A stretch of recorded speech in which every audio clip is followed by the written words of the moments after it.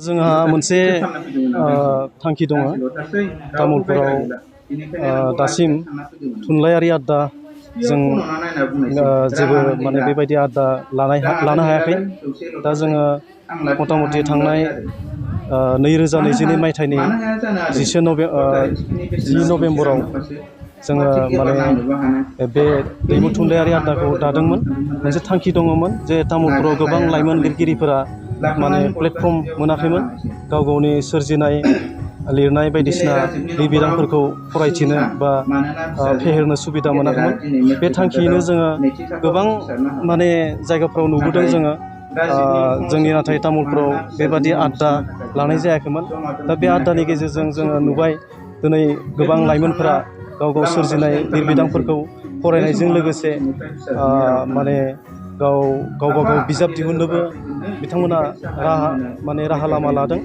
आरो बे बिथिङाव जोङो जोंनिफ्राय थोजासे माने बिथांमोनखौ थुलुंगा होगोन। जोंनि थांखिया बिदिनो जों दिनै फैयै फैयै जोंनि बे आड्डाखौ 8थि आड्डासिम लाबोनो हादों। फैगौ 10 नभेम्बराव जोङो माने गायसनथाइ सान फालिगोन। बेवहाय जोङो एसे गाजा गोमजायै फालिनो आखायाव लादों। बेहाय जोङो माखासे गोजाननि गेदेर गेदेर रिनाउन राइटारफोरखौ जोङो हांख्रायगोन आरो बिथांमोननि जोहै जोङो माखासे मेहेरगोनां हाबाफारि लागोन होननानै सानदों। गुबैयै बेखिनियानो थांखिया। जोंनि समाजा जोंनि उन्दै जाखांफुनाय लाइमोनफ्रा बेवहाय माने एसे डेभेलप जागोन होननानै सानदों। जोंनि लिटारेचार माबायाव जोङो दासिमबो गोग्लैसोनाय नङाब्लाबो जों बेबायदि प्लेटफर्म बिथांमोननो होनो हायाखै।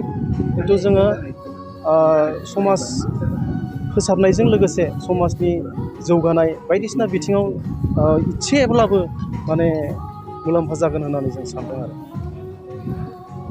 बर' बिजों गैयाब्लाथ' नोङो गावनि राव हारिमु थुनलाइखौ बोरै फेहेरनो?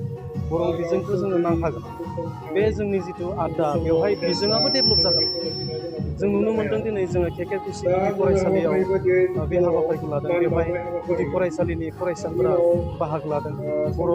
उन्दै बर' बिजोङाव फरायनाय गथ'फ्रा खन्थाइ आवरायनो फैदों। बे हिसाबै बिजोङाबो डेभेलप जाखागोन डेफिनेटलि आं सानो आरो।